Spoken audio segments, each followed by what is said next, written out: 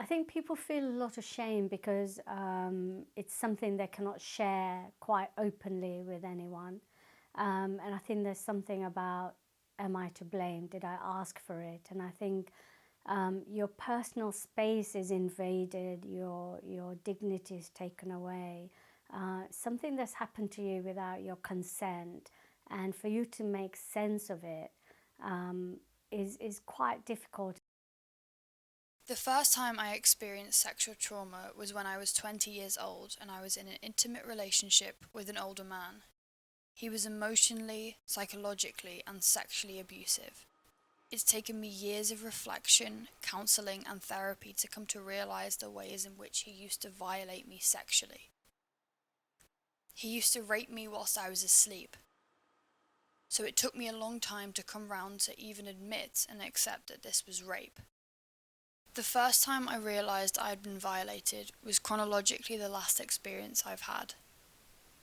I was terrified and felt so ashamed.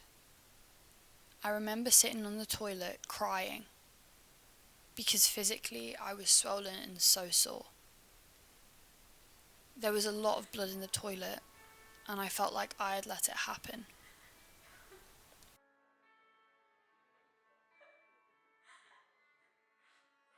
Why couldn't they just not yell? Why could they not have asked for help? Why could they not have just got up and gone away?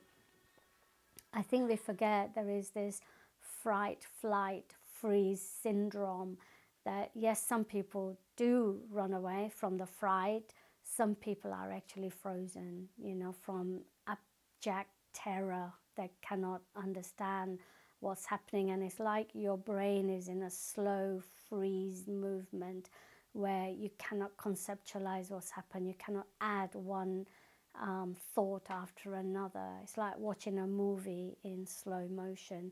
And I think you can even lose your voice.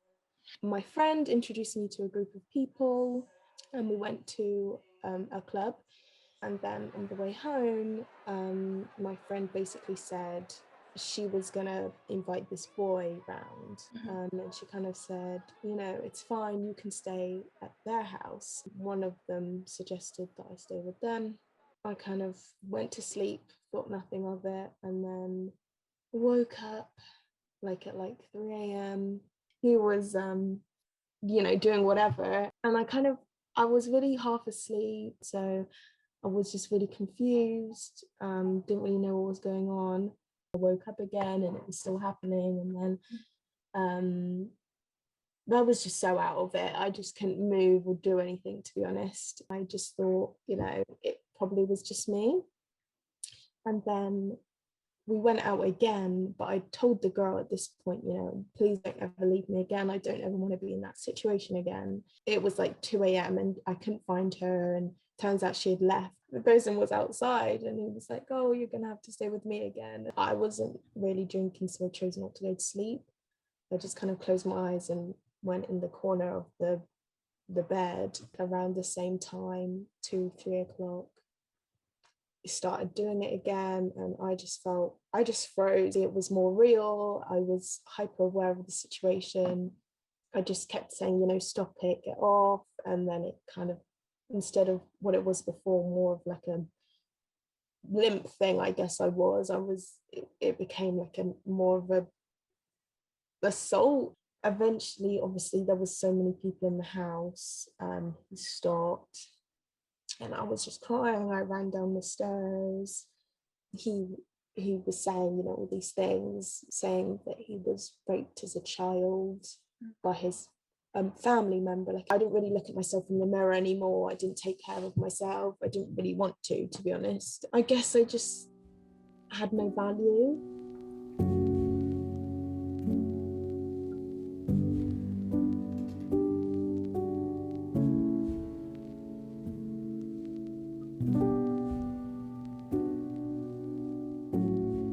It really depends on the victim to decide what was unforced, what was unacceptable, and what was really uncomfortable, what was against their permission, against their volition.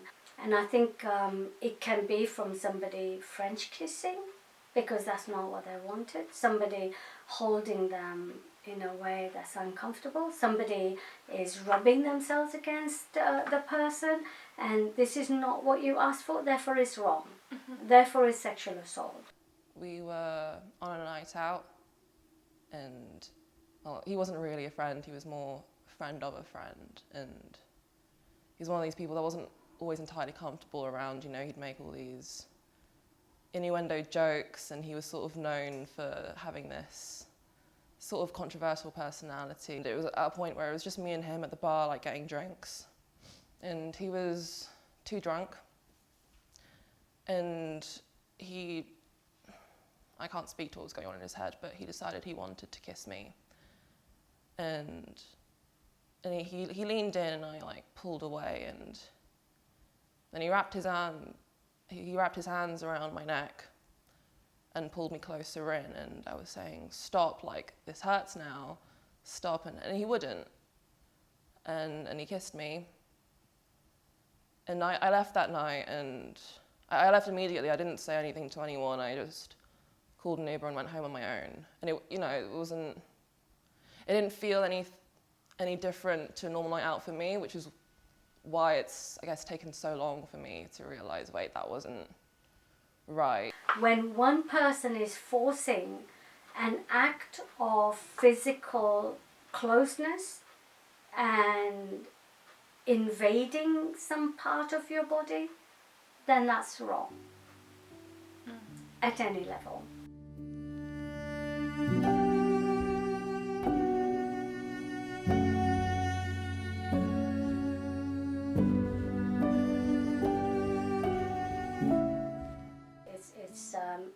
It's less common to be attacked by a stranger or assaulted by a stranger. And I guess it is because there is easy access, you know, they're in the family. It's also the time they get to groom the person. It's also that they're familiar with the idea of what the child's personality is like, how shy they are, how trusting they are. Are they alienated with the parents, you know, so they know that little by little, if they're going to entice the child to trust this person who is a nice, jovial uncle, and they're already not in a very good, harmonious relationship with the rest of the family, it's easy for them to separate the child and for the child to trust this perpetrator. I was about 5 or 6, I can't exactly remember. I was visiting my uncle with my family, and my mum left the house. It was me, my uncle, and my little cousin, and we were watching a movie, and then he just started like rubbing my body. At first it was just my arms, which like he's never done before, but I didn't think like much of it because it's just my arms and legs and whatever. And then he sort of slid his hand under my shirt and like rubbed my chest. And that's when I felt sort of weirded out, but again, didn't think much of it. I was only like really young.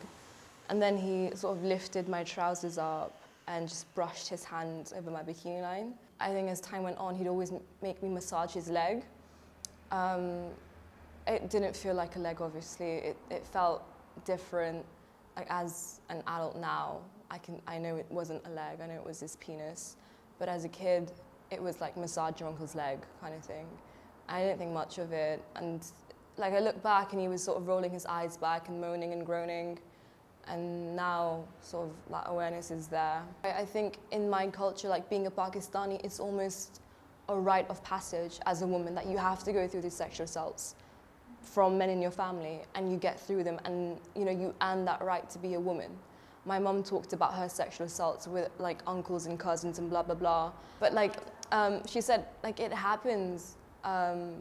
So why are you so upset? Like get over it. Why are you so rude to your uncle? Because I refuse to say hi to him. I don't speak to him properly when he comes, and everyone gets annoyed with me. Like I sort of create tension in the room, and I'm told off for that. Even my dad told me off for not talking to him properly. But why would I? I've made a promise to myself that one day I will report my uncle. One day I will go and I will report him. I don't know when that will be, but I really do want to, because I think he's an awful person. He's done it to more people, and yeah, like he deserves to get caught for it. There is that possibility that they've already had this relationship, that the child already trusts them. You know, they start by giving you a lollipop, and then they start by saying, we'll go for a walk, and the next thing you know, the hand on the shoulder, it still feels comfortable, and then that slips down further down to your chest area, you know, and by that time you kind of feel like you can't say no. This person is a trusted person, who's going to believe me? And you kind of feel like they're normalizing it, that, you know, it is okay. You know, people who love each other do that, but actually it's not between uncle and niece. This kind of love is between two consenting adults.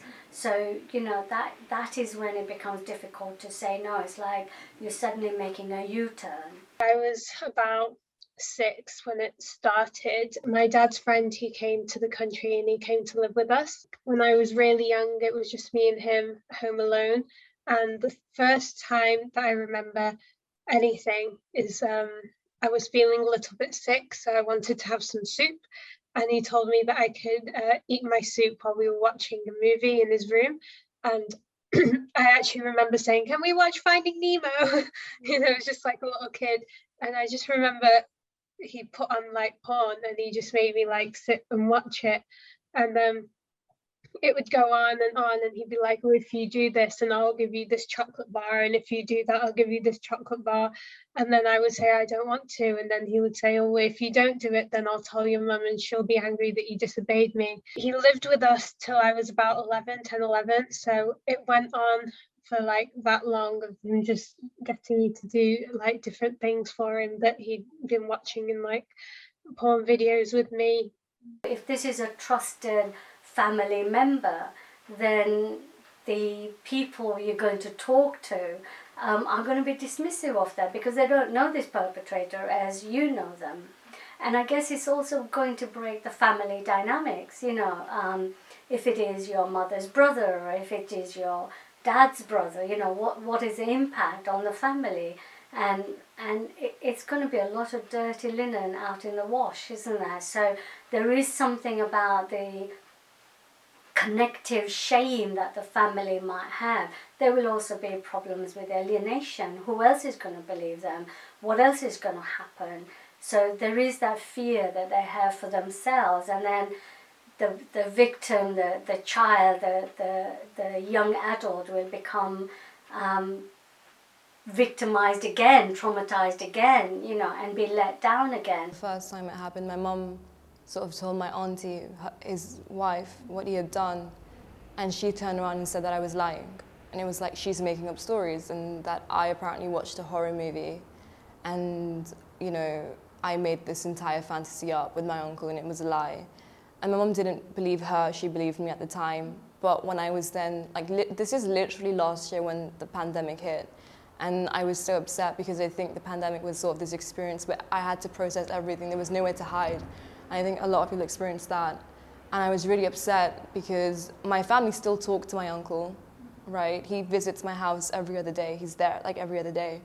And I confronted him, I was like, why? I was like, you know what he did to me? So like, why do you do that? And she turned around and said, like, are you sure that happened? Like, are you sure? Like, are you sure you're not imagining it? And I was like, why would I? I was 5 or 6. That's not something 5 or 6 sit around and daydream about. Like, oh God, I wish my uncle molested me. It doesn't happen.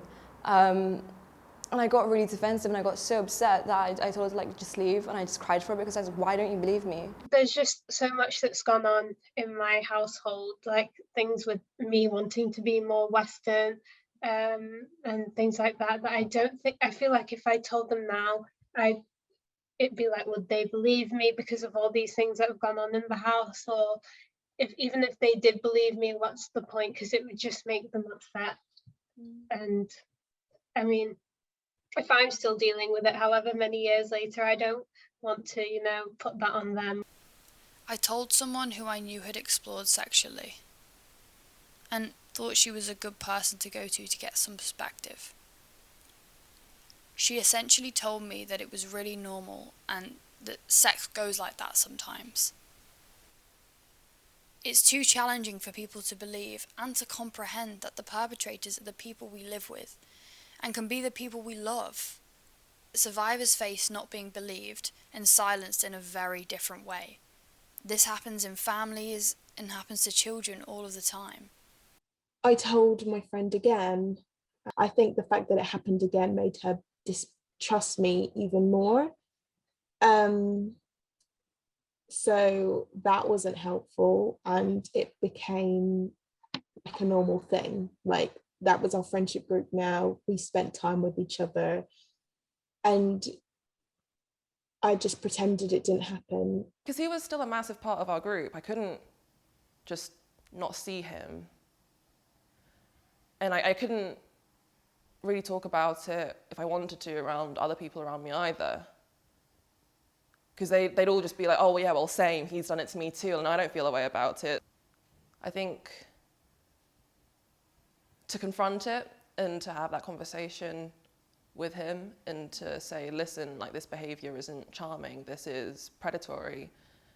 It's just a level of inconvenience that I don't think any of them cares to introduce. They'd much rather, you know, have him as this good time guy and keep going out with him and enjoy like the messy drunk nights that they can have with him and not sacrifice that. Just fucked. In the long run, it can become traumatizing. You can have signs of post-traumatic stress syndrome, not only because it's a big catastrophic event, but I think also what the social media could do, what the family could do, what the person themselves do, that all becomes compounded trauma, and that is really negative.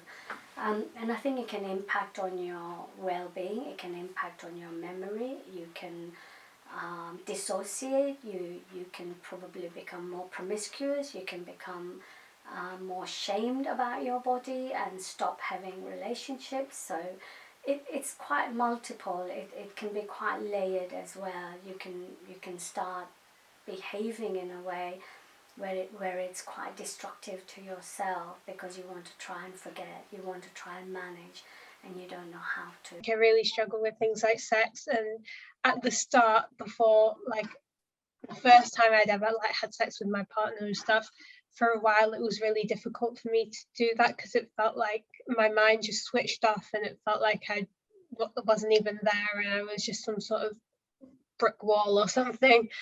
But so that was at the start when I first started trying to do it. Then through some like trust exercises and whatever, sometimes we are able to do sexual things if we want to, but other times like I just don't want anything to do with it. I don't want to be there, I don't want anyone to touch me, kind of thing. The first time it happened, I don't think I actually processed it until I was I'd say about 18 when I came to university. That's when I actually had processed what had actually happened, and I had realized that what had happened wasn't normal, it wasn't right. In an emotional sense, it made me very angry. Yeah. First it was the sense of victimhood of, oh my God, that happened to me. I was sad whilst I was sort of coming to terms with it. And then that sadness turned into anger and rage, this sense of like absolute resentment towards him that I still can't really get over. And this like sense of resentment and anger sort of transcends into my family, where I'm mad at my parents. Like when you're young, when you're 5, you expect them to protect you, you expect them to stand up for you, and they didn't, right? I was still seeing my uncle every other day. He still comes to my house to this day. I have to see him, and they know what happened, and I'm just expected to sort of forgive him and get over it. My relationship with men in general has just been so unhealthy. I sort of developed these habits of just being sexualized and nothing but that. I believe the only thing a man really wants me for is the physical aspects of it. My emotional intelligence in general isn't what they're after. And unlearning those habits has been really hard, and sort of changing my perception of myself has been really hard. But yeah, I think it's just like been a journey at this point. I'll never get to say that I haven't been kissed by him. And that's not something that I would have ever have chosen or wanted. It's something that he decided for me. And it's ridiculous because he didn't decide it for me. He just acted on a whim when he was drunk, thinking it was completely okay, thinking nothing of it. And now, you know, I have to confront these feelings whenever I see him or any of that extended group again. I can't just walk into my university library to like check out a book without thinking, is he going to be here? Am I going to have to, you know, am I going to have to pretend everything's okay and say, hi, how are you? Like, you know, amicable? Or am I going to have to, like, on the spot, like, out of nowhere, just be like, yeah, I'm not going to talk to you right now because you sexually assaulted me? Because that would be, like, neither of those things is, like, anything that I want. But he gets to go about like nothing happened. He gets to forget about it. As soon as he apologized, it was off his plate. And I don't get to stop having that plate. I don't think you can get over it, but I think you learn to manage it, you know, and I think it's really important that you get the right kind of support, the right kind of help, the right kind of managing strategies. And I don't believe that you just need to go and see a psychotherapist. I think there are different ways of managing it. You can write about it. You can actually put constructive energies into doing something that's really helpful. For example, you can use dance, you can use teaching, you can use leadership work where you are mentoring other people. And there are different and various ways of managing that, but I'm not sure that you ever get over it. I think it's like a scar, and I think it depends on how deep and big the scar is, and the scar will never go away. You know, you can never get rid of the scar, but you can learn to manage it so you know that it's always there and it's a reminder of what's happened, and how you learn to cope with it is different. I saw the guy in the street like 2 weeks ago, and I just had a meltdown, like a complete panic attack, and I was shaking, and I clearly haven't gone over it. So I think that pain's still there, the trauma's still there, but I feel like emotionally I can deal with it, whereas before I clearly couldn't. I denied what had happened for months. I just kept everything inside. I became extremely physically unwell and developed allergies for the first time. But I couldn't leave the house because my eyelids would swell and my eczema became uncontrollable and would constantly bleed, become infected, and I eventually ended up in hospital with septicemia. That was really the slap in the face I needed to start confronting what I'd been avoiding. If somebody touches you in a way that's uninvited, it's wrong. Your pain is yours, your distress is yours, your feeling of discomfort and being violated is yours. You need to honour what you feel. And if it felt wrong, if it felt uncomfortable, if it felt it wasn't asked for, then it was wrong.